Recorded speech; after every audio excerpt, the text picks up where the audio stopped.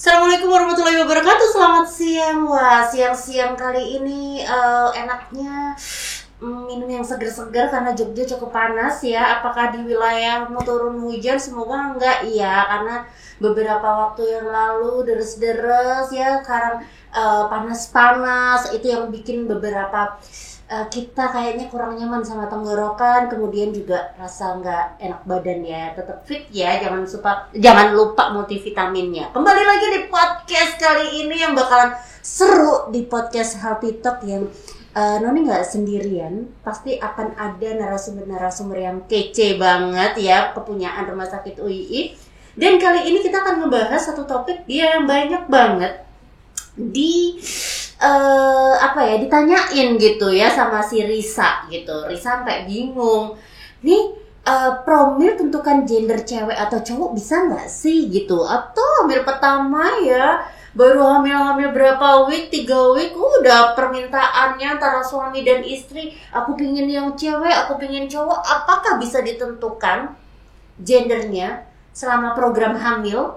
Nah, kita sudah kedatangan narasumber yang paling kece, dan ini adalah dokter spesialis kandungan dan kebidanan yang paling friendly dan komunikatif banget sama pasien. Siapa lagi kalau bukan Dokter Suryani Puspa, SPOG. Selamat siang, Dok. Siang, Mbak Nani. Bajunya hijau, apakah habis operasi? Iya, iya betul. Gitu ya. Kalau orang-orang spesialis kandungan nih selalu identiknya tuh satu batu-batu ya, Dok ya. Oke.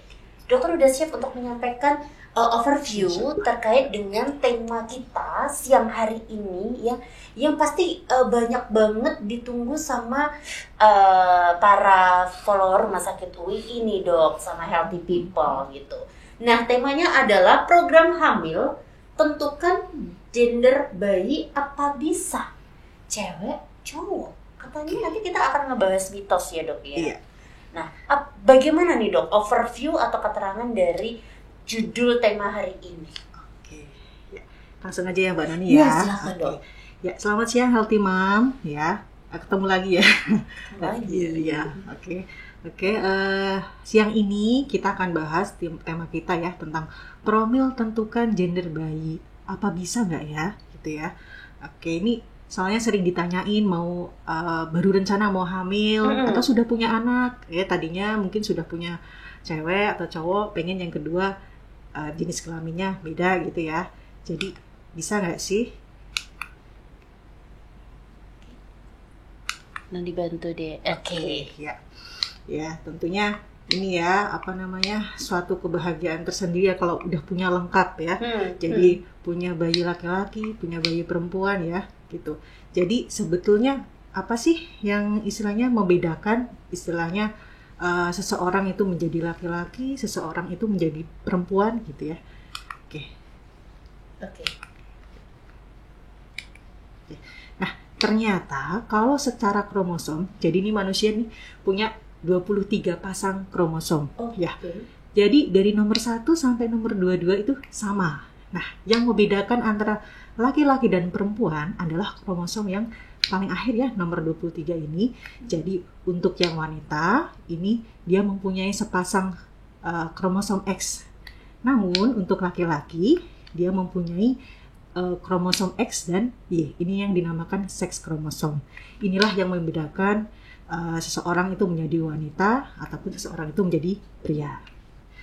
Nah, kemudian kita akan slide lagi. Nah, sebetulnya untuk penentuan jenis kelamin manusia itu sendiri sebetulnya terjadi saat proses fertilisasi atau pembuahan, yaitu bertemunya sel telur dan sel sperma. Nah, untuk sel telur sendiri itu hanya mengandung satu jenis, yaitu kromosom X. Sedangkan untuk laki-laki itu ada 2 jenis sel sperma ya. Jadi bisa itu sel sperma mengandung kromosom X atau sel sperma mengandung kromosom Y. Nah, ketika sel telur itu keluar ya atau ovulasi ya, kemudian dibuahi oleh sel sperma dengan kromosom X, nanti dia akan menjadi bayi perempuan. Nah, sebaliknya ketika kromosom sel telur dengan kromosom X dibuahi oleh sel sperma dengan kromosom Y, itu nanti akan menjadi bayi laki-laki. Nah, dari sini sebetulnya yang menentukan ini akan menjadi bayi laki-laki atau menjadi bayi perempuan, nah ini sebetulnya adalah sel spermanya itu sendiri. Karena sel telurnya itu hanya mengandung satu, ya istilahnya kromosom X ya. Next. Oke, kita next lagi. Ya. Nah, ini gambaran secara mikroskopis ya. Jadi antara sel sperma dengan sel sperma X dengan sel sperma Y. Ya. Dari segi bentuk, kemudian dari segi juga beda ya, Dok? Beda ya. Jadi kalau kita lihat di sini, yang X lebih gede ya. Jadi lebih besar. Kemudian namun gerakannya dia lebih lambat. Kemudian sel sperma dengan kromosom Y dia lebih kecil, tentunya kecil lebih lincah.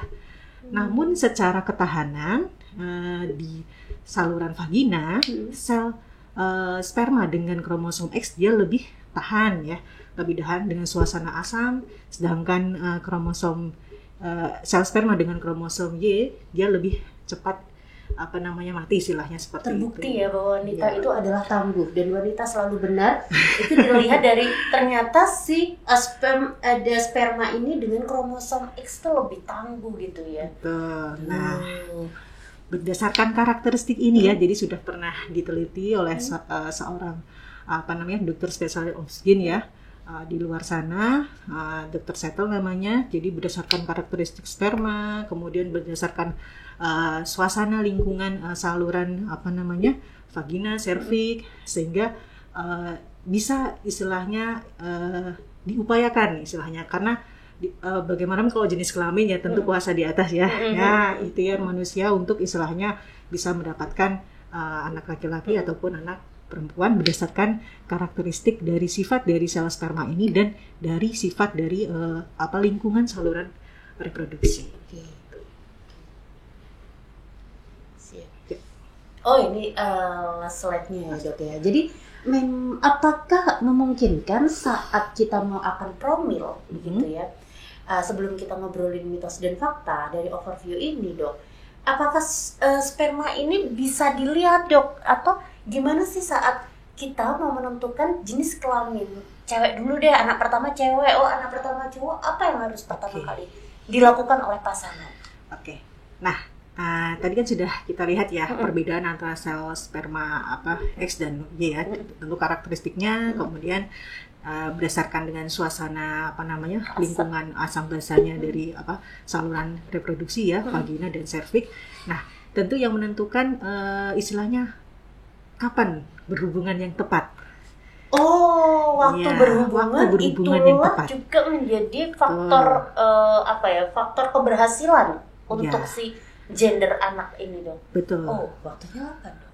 Nah, karena suasana asam di vagina itu kan cenderung asam ya, sedangkan di serviks itu cenderung basah. Nah, kemudian ketika ovulasi tiba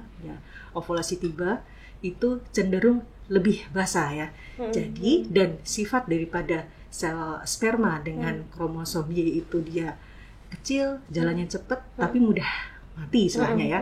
Sedangkan yang kromosom X itu lebih besar, dia lebih tangguh tapi dan jalannya lambat. Sehingga kalau misalkan ingin program anak perempuan itu disarankan melakukan hubungan itu sekitar 2-3 hari ya sebelum ovulasi.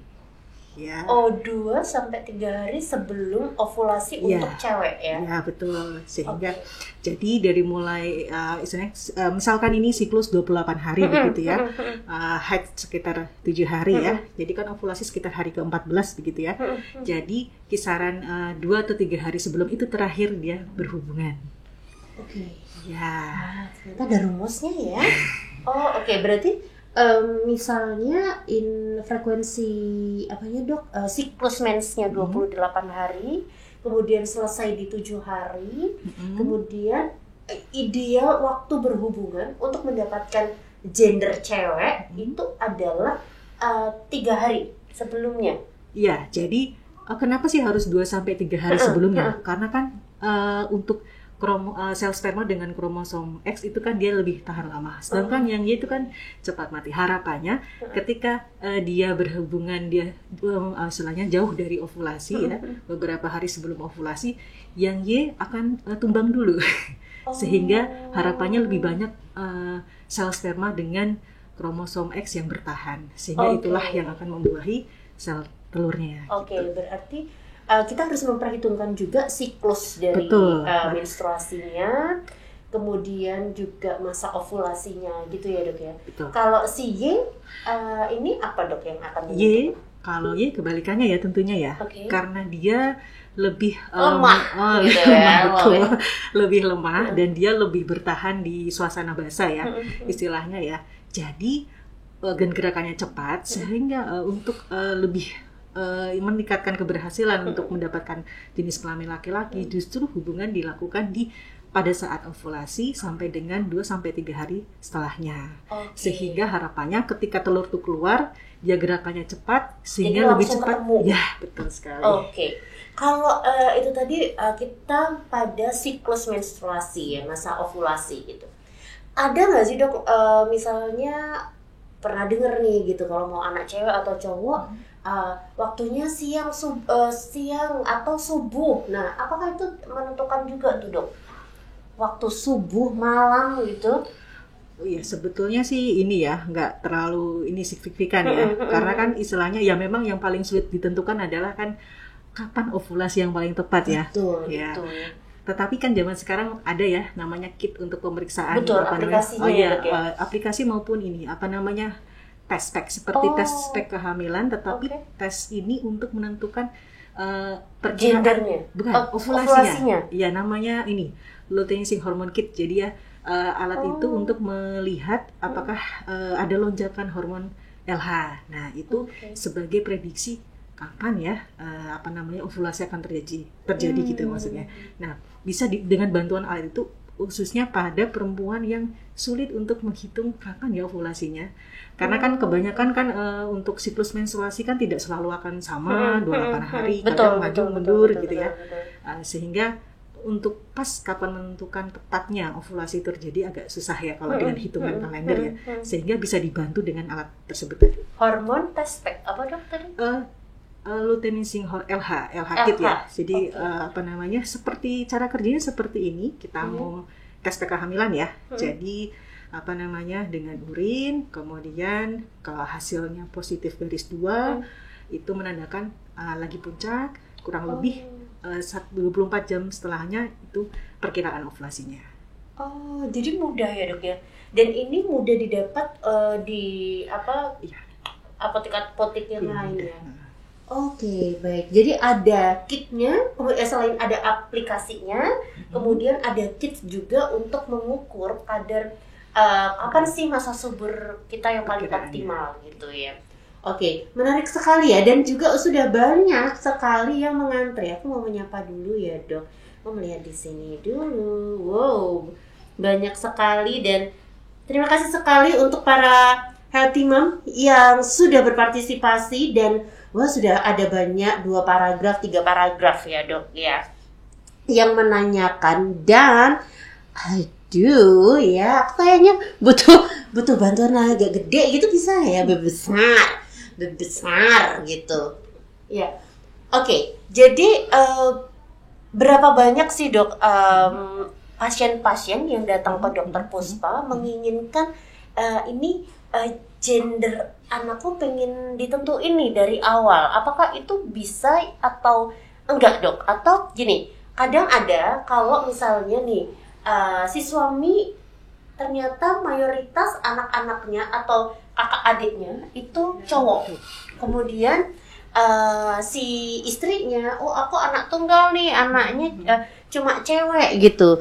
Terima kasih, ini bantuanku dong. Aduh, bukan tua karena aku rabun. Coba di depan ada duit, dah ada duit ternyata. Nah, apakah itu bisa dilihat juga dok dari historical family? Oh ternyata anaknya lebih banyak kan anak cowok nih, kemudian yang satu anak cewek. Nah apakah itu juga menjadi faktor indikasi untuk wah ini kayaknya kebanyakan dari genku nih cowok? Iya. Oke. Ya. Ya betul ya. Apa namanya? Sebetulnya kalau untuk jenis kelamin itu kalau misal pasien bertanya kalau mau sebelum hamil ya, maksudnya baru mau promil, ya mungkin bisa kita ikhtiar ya dengan tadi itu ya berhubungan mendekati atau sebelum atau sesudah ovulasi. Namun kalau sudah terjadi kehamilan itu sudah terjadi. Itu sudah susah ya, bukan datang ke dokter ini anak saya bisa apa ya gitu ya. Oh jadi historical gen banyak cewek dan cowok ini kalau yang itu istilahnya memang ada ya. Jadi sudah ada penelitiannya. Cuma ini baru sekedar ini ya, penelitian ini ya data ya istilahnya pada rasio ya. Ini kita berkata rasio antara kromosom X dan Y pada sel sperma yang sekali dia ini ya diproduksi ya istilahnya ya. Itu memang bisa istilahnya dipengaruhi oleh komponen tadi ya, mungkin saudaranya banyak yang laki-laki sehingga rasio kromosom Y-nya lebih tinggi ketimbang X-nya. Namun istilahnya ini bukan berarti satu-satunya dia yang menentukan. Artinya banyak faktor juga kayak seperti tadi. Kapan berhubungannya kemudian makanan juga beberapa juga ada yang mengatakan seperti itu ya istilahnya sebelum promil 3 bulan sebelumnya yang laki-laki makan hal tertentu kemudian yang perempuan juga itu juga bisa. Namun itu semua istilahnya keberhasilannya tentu belum ada yang mencapai 100 ya istilahnya ya. Tapi memang istilahnya beberapa memang bisa ya istilahnya keberhasilan persentasenya bisa sampai 70-80% ya. Oke, jadi memang untuk genetik family gendernya itu bukan menjadi faktor utama ya dok ya. Sekali lagi bahwa mana nih yang kromosom Y atau X yang dan juga waktu berhubungan begitu ya. Pembuahan tadi ya. Nah, banyak banget yang ditanyain oleh Healthy Mom di sini adalah terkait makanan. Tadi dokter Puspa udah nyinggung ya. Apakah di masa promil belum hamil nih dok gitu? Konsumsi salah satu ini kita udah ngomongin pada fakta, mitos atau fakta nih dok. Jadi pernah dengar nih. Jadi apakah kalau misalnya banyak konsumsi daging merah gitu ya, perdagingan lah, itu pasti akan dinobatkan anaknya cowok? Nah, jawaban dokter Puspa. Ya, seperti tadi sudah saya bahas ya, makanan ya, betul ya, daging ya, tinggi natrium, tinggi kalium ya, ketika mau promil laki-laki ya, sebaliknya ketika promil perempuan rendah natrium, rendah kalium, tinggi kalsium ya, seperti daging gitu ya, untuk program laki-laki itu memang betul ya. Namun tentu tidak satu-satunya, artinya harus dikombinasi dengan timing tadi, waktu berhubungan yang tepat ya, artinya tidak berdiri sendiri. Jadi ini kolaborasi gitu ya dok ya, bahwa makanan tertentu sebagai penentu gender anak perempuan atau laki-laki, ini jawabannya adalah bisa, tapi kita lihat dulu nih masa ovulasinya gitu ya dok ya, bahwa tidak bisa berdiri sendiri. Udah kejawab ya tadi. Hana_Regita 2. Dok, kalau mau pingin anak cowok, apakah suami harus banyak makan daging? Iya, bukan suaminya ya dok yang banyak makan daging, atau gimana tuh dok? Si ibunya yang harus konsumsi makanan tertentu. Itu pastinya tadi ya, kita harus memperhatikan masa subur dan timingnya tadi. Supportingnya adalah apakah makanan tertentu itu dikonsumsi oleh sang suami atau sama si istri itu dok? Ya, yang daging itu si istrinya ya. Istrinya ya Bu. Nanti bapaknya bukan jadi gender cewek atau cowok, bapaknya jadi gembul. Takutnya ya. Jadi cewek ya Bu. Cewek kan Bu. Cewek ya dok ya? Iya betul, yang perempuan ya, tinggi natriumnya. Salah satunya daging seperti itu ya. Nanti untuk program anak perempuan sebaliknya dia yang tinggi kalsium ya, kalsium ya, sayur-sayuran ya, vegetarian ya gitu. Nah caranya tadi dok, setelah selain ovulasi, kemudian kita juga harus mengetahui apa namanya masa berhubungan, kemudian makanan, ada apa lagi dok untuk mendukung, memantapkan lagi oke, ini kita pingin cewek ataupun cowok. Satu lagi sih ini ya, apa namanya, posisi mungkin ya, posisi berhubungan ya. Iya itu. Ya betul ya. Karena kalau kita ini lagi apa namanya, saluran reproduksi itu kan lumayan panjang ya, istilahnya bagi sel sperma ya, untuk dia berenang dengan saluran sepanjang itu. Nah, istilahnya kalau misalkan ingin program anak laki-laki di mana sel sperma dengan kromosom Y itu kan dia akan lebih berenang lebih cepat dengan kondisi basah, di mana saluran reproduksi di serviks itu lebih basah, sedangkan di vagina kan asam ya umumnya ya. Nah, sehingga untuk berhubungannya itu diupayakan penetrasinya harus dalam. Untuk laki-laki? Iya. Untuk gender laki-laki? Yes. Kenapa harus dalam? Karena supaya lebih cepat sampai ke serviks, mulut rahim. Karena di situ umumnya suasananya basah. Dia berenang lebih cepat dengan suasana basah. Ya, itu untuk laki-laki. Ya, jadi mungkin dengan apa namanya, model-model tertentu ya. Model apa dok? Nah, ini kita ngobrol bukan yang saru ya dok, tapi ini adalah edukasi sekali lagi bahwa kita harus mensukseskan program hamil tadi ya, mau gender cewek atau cowok. Contohnya apa dok? Ya mungkin salah satunya kayak Doki Style gitu ya, karena dimungkinkan itu istilahnya penetrasinya akan lebih dalam ya. Oh berarti lebih dominannya cowok yang di atas ya? Ya, apa namanya, kemudian apa namanya istilahnya, ya nggak harus seperti itu juga. Intinya penetrasinya lebih dalam. Cuma memang dengan salah satu gaya tersebut tadi memang penetrasinya akan lebih dalam. Nah, sebaliknya kalau yang perempuan selain tadi timingnya ya, kemudian kalau yang perempuan itu karena sel apa namanya yang X ya itu dia lambat, tapi tahan dengan suasana asam, justru penetrasinya harus dangkal. Oh, nah ini bicara penetrasi antara yang optimal gitu, kemudian yang setengah, itu gimana dok aturnya? Kadang kan jangan full ya sayang, ini yang full ya gitu. Itu bagaimana? Maksudnya gambarannya ya, bukan gambarannya, bukan ilustrasi juga, tapi mengatur ya dok ya. Ya, itu mengatur seperti ya. apa? Ya mungkin ini ya apa namanya gaya tertentu mungkin yang saling wajah berhadapan ya, itu biasanya akan cenderung kan penetrasinya akan apa namanya dangkal. Agak dangkal ya. Ya, intinya kalau dangkal berarti kan sperma yang dikeluarkan itu kan akan tertampung di lebih banyak di saluran vagina ya. Nah harapannya karena saluran vagina ini cenderung asam, berarti yang akan bertahan lebih lama yang X kan ya. Nah harapannya kalau X bertahan lama, Y banyak yang mati. Jadi ketika nanti apa namanya sel telur keluar, jadi untuk potensi kromosom X yang akan membuahi lebih tinggi. Ya tentunya digabungkan dengan tadi timing tadi ya, betul, untuk berhubungannya. Nah kemudian ada lagi yang bilang bahwa saat berhubungan agar maksimal sperma udah biar masuk semua gitu, kakinya diangkat dok. Nah, apakah itu juga menjadi faktor-faktor apa ya pensukses untuk si gender cewek atau cowok dok? Agar cepat hamil katanya gitu. Iya. Mungkin ya ini tapi nggak harus selalu ya istilahnya ya.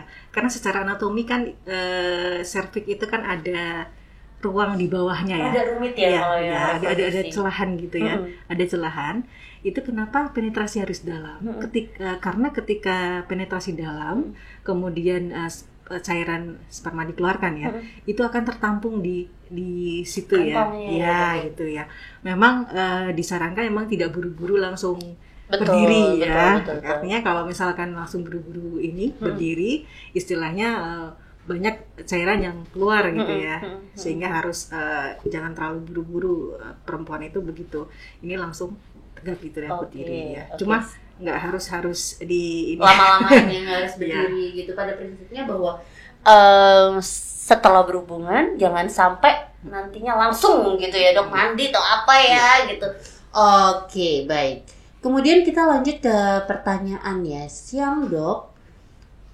Apakah makanan dikonsumsi sejak promil dan selama hamil bisa menentukan gender bayi? Kalau selama hamil kayaknya Selama hamil Udah tidak. terjadi ya, Karena Dok? sudah terjadi prinsipnya ya. Karena tadi kan proses fertilisasi atau pembuahan itu sendiri kan di awal ini ya, benar-benar di awal banget Betul, ya, awal betul. terjadinya embrio gitu ya. Jadi kalau sudah hamil, sudah tes pack positif, bahkan tes pack baru samar aja, itu sudah terjadi. Itu sudah terjadi Iya. bahwa kita tidak akan pernah tahu ini adalah laki-laki atau Iya. perempuan setelah mungkin kita tegakkan dengan USG ya, Dok, Iya, ya di betul. usia 6 bulan, Iya. 5 bulan atau 6 bulan sudah terlihat. Dok? Sebetulnya kalau secara pembentukan itu sempurna untuk jenis kelamin di 16 minggu. Oh, Namun 16 dengan minggu. alat USG ya yang bagus tentunya itu bisa kelihatan di usia 3 bulan itu bisa ya, sekitar 12 minggu bisa, khususnya kalau cowok ya. Oh, Ya, karena kalau cowok oke. kan itu berbeda ya, Berbeda. istilahnya. Khas gitu ya. Khas ya, ada selalu kalau misalnya ke dokter SPOG itu ada Monas. Ya, Kenapa Monas ya, nggak Eiffel, nggak apa gitu, nggak jembatan para layang gitu, nggak ya, selalu Monas. Oke, berarti optimalnya bisa dilihat di usia 3-4 bulan ya, Dok, ya, untuk gendernya. Bisa 16 minggu ya, sempurnanya ya. Oke.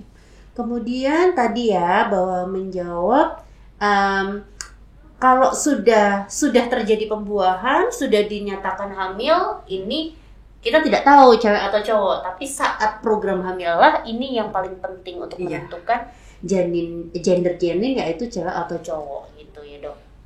Kita lanjut, Dok. Dari sesi_k. Dok, apakah faktor makanan juga berpengaruh, Dok? Misalnya untuk fokus ke baby girl gitu. Pengen jadi baby girl. Tadi ya, Dok ya. Iya, tadi ya. Banyak yang sayur mayur, yang Sayur lembut-lembut mayur ya, Dok. heeh. Ya, memang kita tuh selain kuat juga lembut. Iya. Ya. Tapi sekali lagi tidak satu-satunya bukan makanan ya. Artinya harus saling Banyak membantu faktor faktor, lain ya, faktor ya. lain.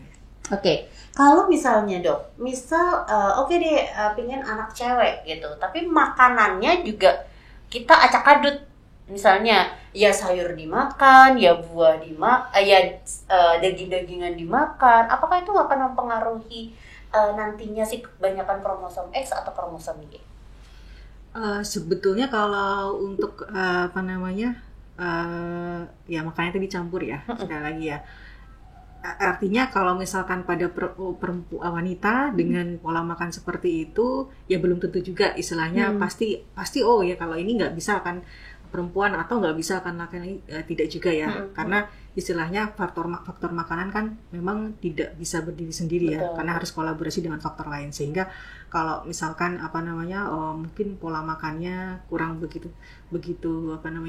teratur gitu ya, nggak beraturan gitu ya, ya bukan berarti untuk kesempatan istilahnya untuk mendapatkan jenis kelamin yang diinginkan itu akan hilang gitu, tentunya enggak.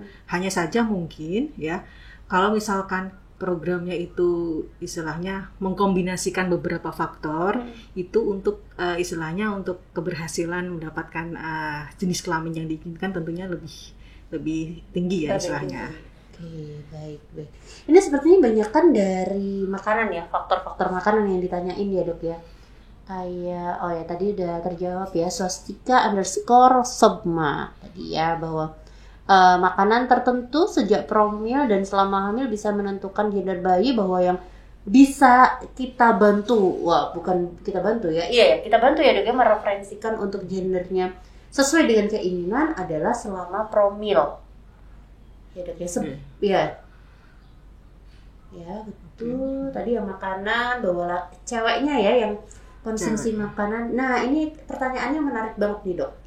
Dok, kalau inseminasi bisakah menentukan gender bayi kah, Dok? Atau hanya bisa dengan bayi tabung? Oke, ya sebetulnya untuk program inseminasi sendiri ya, Mbak Nuni ya, memang beberapa saya melihat mungkin saya pernah tahu kalau di sini ya, beberapa rumah sakit memang sudah mulai istilahnya ada program nih, program inseminasi dengan program gender ya, istilahnya begitu. Jadi kuncinya pada sel sperma yang akan nanti diinsemkan. Jadi di situ ada sorting ya, pemilihan. Kan itu diayak ya, Dok ya? Iya, seperti kan iya, betul sekali. Nah itu kemudian ada sorting istilahnya. Pemilihan. Oh ini sperma yang banyak dengan Y-nya atau dengan X-nya. Ya begitu. Cuma ini untuk benturan etiknya ya, ya istilahnya masih betul. masih perlu ini ya. Tapi prosentasenya antara inseminasi atau IVF ini presentasinya sama, bisa dioptimalkan dengan pemilihan gender untuk inseminasi misalnya. Tingkat keberhasilan inseminasi dengan pemilihan gender tertentu begitu, ini tingkat keberhasilannya katakanlah 80 sampai 90. Kemudian IVF katakanlah 100% atau keduanya mempunyai potensi yang sama, Dok. Sebetulnya kan untuk insem sendiri kan juga keberhasilannya kan sekitar 40% ya. Artinya untuk berhasil hamil tidak mempertimbangkan gender ya istilahnya ya. Nah, untuk dari 40% itu yang berhasil, mungkin untuk gendernya kalau dengan sorting seperti itu lumayan sih tinggi sih, hampir sampai 70-an persen ya. Iya. Namun tentunya kan untuk istilahnya sortingnya ya, betul. Tapi untuk berhasil hamilnya, nah itu ya insem masih sekitar 40%. Baik. Nah, tetapi kalau dengan bayi tabung itu kan yang ditanamkan embrio. Karena Artinya sudah ditemuin jadi di luar ya. Ya, betul, sudah jadi, sudah ada hasil pertemuan. Artinya si embrio ini sudah membentuk istilahnya memang sudah berjenis kelamin, ya? Sudah berjenis kelamin. Artinya sudah pertemuan antara sel telur dan sperma, sehingga sudah berjenis kelamin. Nah, lebih mudah untuk menentukan istilahnya keberhasilannya justru malah lebih tinggi karena sudah dalam bentuk embrio. Artinya bakal janin. Seandainya nanti ini dengan catatan embrio yang dihasilkan banyak ya, banyak pilihan istilahnya. Nah, itu mungkin bisa dilakukan sorting. Oh, ini jenis embrio ini jenis kelaminnya X misal, embrio yang selanjutnya Y misal ya, atau dia punya lebih dari 3 sehingga kan sekali untuk dia ditanamkan itu kan umumnya minimal 2 ya. Nah, itu mungkin kalau misal menginginkan Y laki-laki, sedangkan kebetulan embrio yang dihasilkan banyak ya, bisa jadi ditanamkan. Itu potensinya potensi lebih tinggi untuk IVF ya, Dok ya. IVF atau bayi tabung ya, healthy people. Jadi kalau inseminasi kita lihat dulu pada faktor keberhasilannya, betul. Untuk keberhasilan potensi hamilnya. Iya. Tapi keseluruhan untuk request nih gender bahwa keduanya sangat memungkinkan. Ya, Dok ya. Oke, semoga bisa terjawab dan kita akan lanjut lagi. Selamat siang, Dok. Mau tanya 8 bulan. Oh, ini out of topic ya. Oke, nggak apa-apa deh. Habis kuret nih, Dok. Terus tips agar cepat hamil lagi atau harus ada treatment dulu setelah kuret? Oke, kuret ya. Iya. Ini kayaknya juga mau request gender sih, Dok. Ya. Kalau misalkan ini kuretnya ini mungkin yang sekali ya. Karena terkadang begini Mbak Dodi. Ini kuretnya berapa kali nih sebelumnya? Karena kan ada faktor di mana ini hamil keguguran terus, hamil gugur terus. Biasanya ada faktor lain. Tapi kalau misal seandainya ini baru sekali pertama kuret, ini mau program lagi. Memang sebetulnya dengan sudah 8 bulan yang lalu ini sudah mulai bisa ya. Artinya jaraknya minimal kan sekitar 3-6 bulan ya. Sebenarnya sudah ini. Nah, tentunya untuk persiapan gimana untuk hamil bisa dimulai dengan konsumsi suplemen yang mendukung, yang istilahnya untuk dipersiapkan supaya untuk kehamilan berikutnya istilahnya lebih bagus, lebih kuat dibandingkan dengan sebelumnya. Itu bisa dengan konsumsi asam folat dan D3 ya, selama minimal 1 bulan sebelumnya. Sampai rentetan misalnya pasien ini sudah kuretase, kemudian proses sudah berjalan kuretase 1 bulan, si pasien ini ingin konsumsi lebih optimal lagi untuk promilnya. Nah, setelah kuretase selisih 1 bulan ini, konsumsi untuk D3-nya, kemudian asam folat apakah direkomendasikan atau tunggu dulu deh minimal 3-6 bulan deh? Iya. Misal dia ingin promil di bulan ke-6 setelah kuretase. Jadi di bulan ke-5-nya paling enggak dia sudah konsumsi ya. Minimal ya. Jadi memberi kalau awamnya yang saya tangkap adalah memberi waktu istirahat dulu si rahim ya, Dok ya. Iya. Oke, siap. Kita lanjut, Dok. Nah, ini nih seru nih dari Swastika_Sopma. Wah, melanjutkan, Dok. Kalau bener nggak sih kalau mau gender bayi laki-laki, istri harus lebih klimaks terlebih dahulu? Oh. Kalau tadi kita bicara pada posisi kemudian juga penetrasinya. Nah, ini lebih ke klimaks dulu sebagai faktor pelengkap, Dok. Oh ya, baik. Ya, betul. Memang ada referensi yang menyebutkan seperti itu ya. Jadi satu rangkaian penelitian yang dilakukan oleh Dr. Opskin yang saya sebut sebelumnya itu mengenai orgasme ya. Jadi ternyata ketika si perempuan itu orgasme itu akan membuat suasana di serviks itu menjadi lebih basah lagi. Ya, semakin basah sehingga terkait dengan karakteristik kromosom Y yang lebih cepat berenang di suasana basah, betul memang disarankan untuk orgasme terlebih dahulu. Berarti benar. Ini kalau Healthy Mom Swastika _Sobama ikut kuis juara 1 dong. Tapi benar loh. Tadi posisi, kemudian juga ternyata orgasme wanita lebih dulu, lebih optimal. Ini juga sebagai penentu ya, si kromosom Y ini berenang dan menjadi juara untuk nemplok di sel telur gitu ya, Dok. Menarik ya, Dok, untuk berbicara terkait dengan promil, kemudian pergenderan nih gitu ya, baby. Dan kita lanjut nih ke Dok, apakah ini mungkin suka banget kopi tapi baru mau promil. Jadi menjalani promil tapi Healthy Mom 1 ini juga suka banget kopi. Apakah itu mempengaruhi, Dok? Iya. Kafeinnya, Dok ya? Kafeinnya ya, mempengaruhi kualitas mungkin ya. Ya, istilahnya kualitas daripada sperma juga bisa. Oh ya? Ya, tetapi istilahnya tidak ini signifikan dalam artian pasti akan berpengaruh sekali sehingga ketika minum konsumsi kopi istilahnya langsung akan kemungkinan hamilnya jadi turun gitu istilahnya. Dalam artian mungkin untuk yang berlebihan ya. Oke.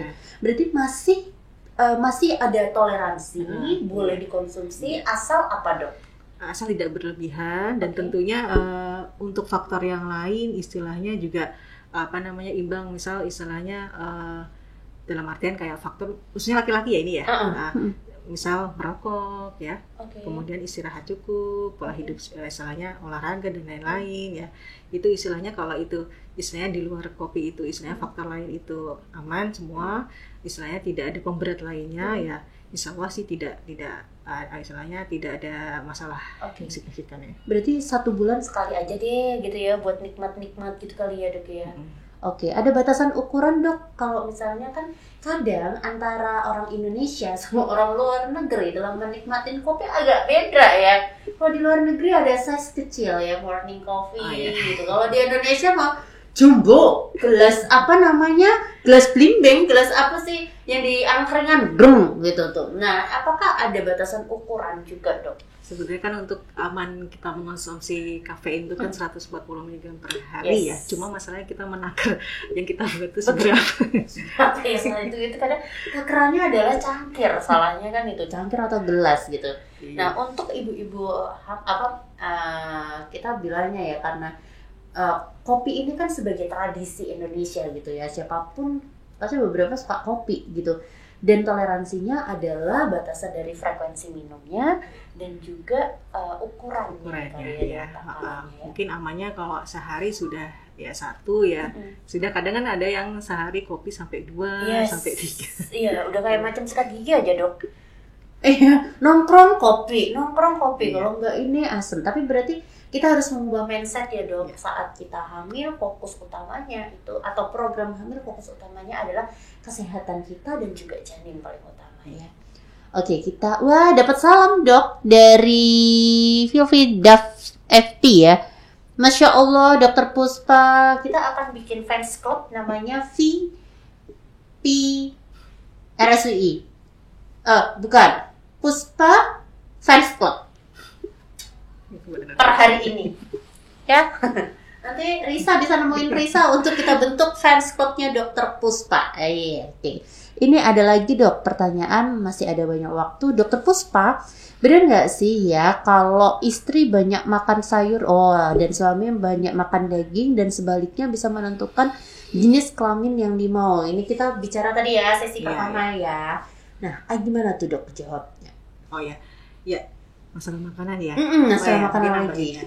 Ya sebetulnya kalau untuk faktor maternalnya ya, untuk dari makanan betul tadi istilahnya kalau untuk hamil anak perempuan misal ya tadi ya, ini istrinya banyak makan sayur, harapannya ya memang ini baru berdasarkan penelitian ya, dalam artian ya walaupun harus dikolaborasi dengan apa namanya timing tadi ya berhubungannya. Kemudian untuk laki-laki memang betul sebaliknya sih ya, sebaliknya artinya untuk anak perempuan si istri sayur ya, justru si laki memang daging ya.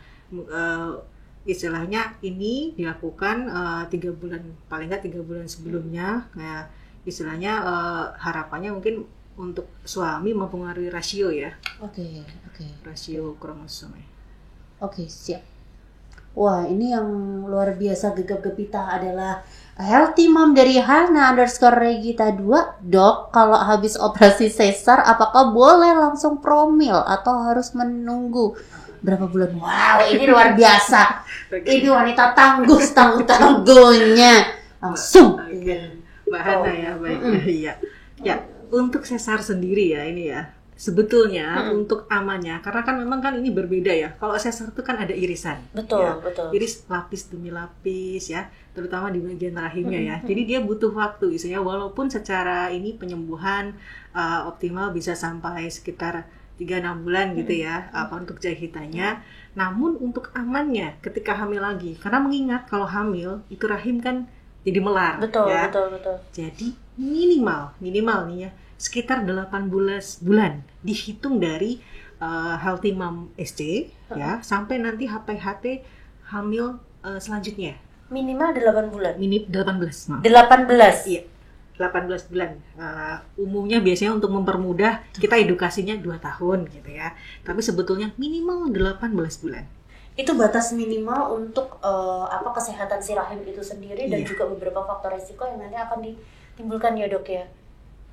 Oke. Oh iya, kenapa ya selalu ada jawabannya minimal 2 tahun gitu. Minimal 2 untuk mudah mengingat. Iya betul.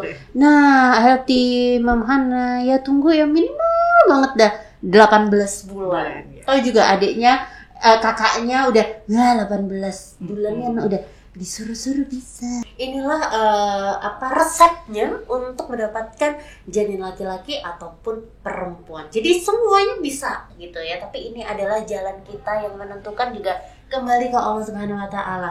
Mau cewek mau cowok nggak masalah. Yang penting adalah persalinannya lancar, ibu sehat, dan terutama juga janinnya sehat dan berkembang sesuai dengan perjalanan usianya ya. Wah, terima kasih sekali Dokter Puspa. Ya lagi ya, besok aku mau undang lagi. Besok kapan-kapan kita lepas masker biar kita terpampang nyata siapakah Dokter Puspa gitu ya. Terima kasih sekali dokter.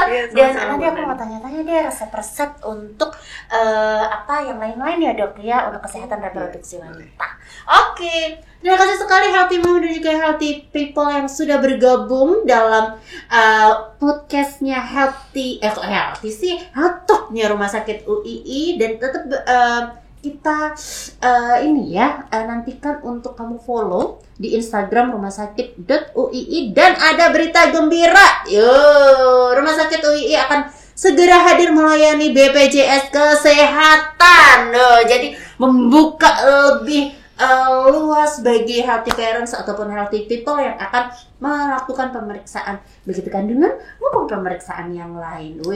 Dan juga kita memfasilitasi keseluruhan untuk penjaminan asuransi baik itu non BPJS juga.